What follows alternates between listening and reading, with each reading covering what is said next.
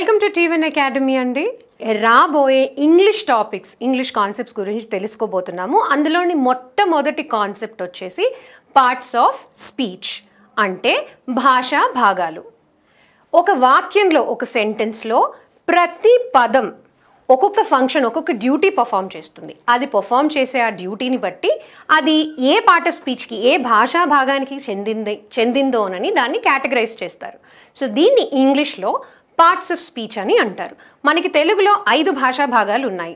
అలానే ఇంగ్లీష్లో 8 కేటగిరీలు ఉన్నాయి.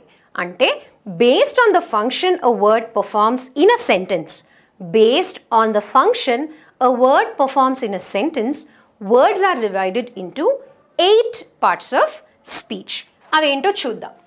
First one noun, second one pronoun, third one adjective, fourth one verb, fifth one adverb, sixth one preposition or preposition, seventh one conjunction, and eighth one interjection. So ఒక వాక్యం మనం తీసుకున్నప్పుడు అందులోని పదాలు అవి పర్ఫామ్ చేసే డ్యూటీని బట్టి వర్డ్స్ని 8 కేటగిరీస్గా, అంటే పదాలని 8 కేటగిరీస్గా డివైడ్ చేశారు. ఈ 8 కేటగిరీస్ని పార్ట్స్ ఆఫ్ స్పీచ్ అని అంటారు. సో మనం ఇప్పుడు ఒక్కొక్క పార్ట్ ఆఫ్ స్పీచ్ గురించి, ఒక్కొక్క కేటగిరీ గురించి ఇన్ డీటెయిల్ తెలుసుకుందాం. ఫస్ట్, ఇందాక మనం చెప్పుకున్నట్టుగా noun. A noun is a naming word. అంటే పేర్లు చెప్పే, లేకపోతే పేర్లు కన్వే చేసే పదాలని నౌన్స్ అని అంటారు. వేటి పేర్లు?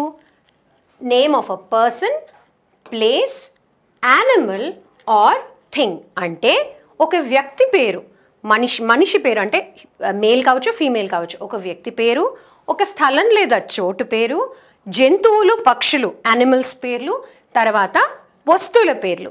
ఒక వాక్యంలో ఏవైనా ఉన్నప్పుడు, అంటే ఒక మనిషి పేరు ఉండొచ్చు, ఒక వ్యక్తి పేరు ఉండొచ్చు, తర్వాత ఒక చోటు కానీ ఒక స్థలం పేరు కానీ ఉండొచ్చు, లేదంటే ఒక వస్తువు పేరు కానీ, ఒక జంతువు కానీ, పక్షి పేరు కానీ మీకు ఒక వాక్యంలో కనిపిస్తే ఇమీడియట్లీ దాన్ని నౌన్ అని రికగ్నైజ్ చేయగలగాలి. So what are nouns? Let us try and identify. మన డెఫినేషన్ ప్రకారం, మనం తెలుసుకున్న దాని ప్రకారం nouns are naming words. Nouns are naming words. So find the nouns in the following sentences.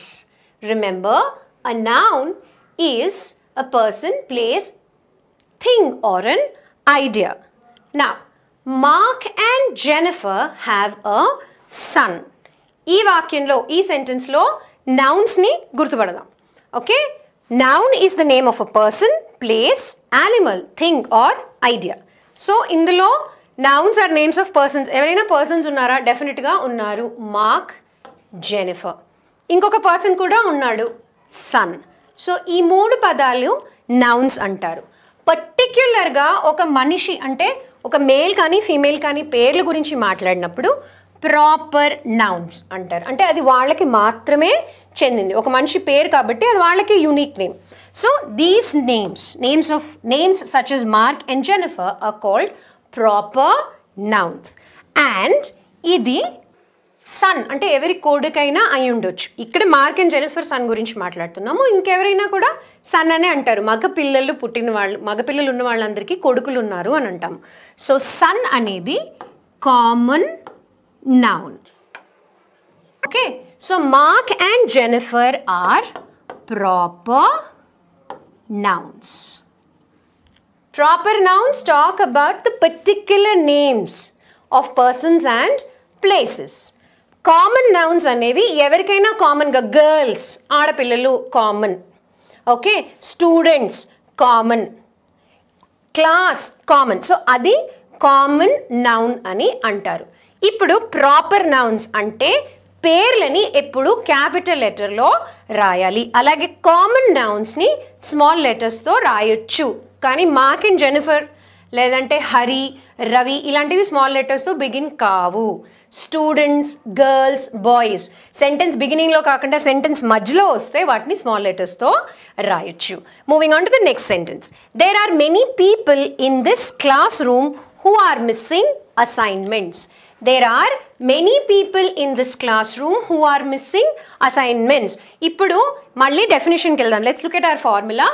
Nouns are names of persons, places, things or ideas. Already మనం చూసాము పేర్లు పర్టికులర్గా పేర్లు ఉంటే వాటిని ప్రాపర్ నౌన్స్ అంటారు. కామన్గా అందరికీ వర్తించేదాన్ని కామన్ నౌన్ అంటారు. సో ఈ సెంటెన్స్లో there are many people in this classroom who are missing assignments.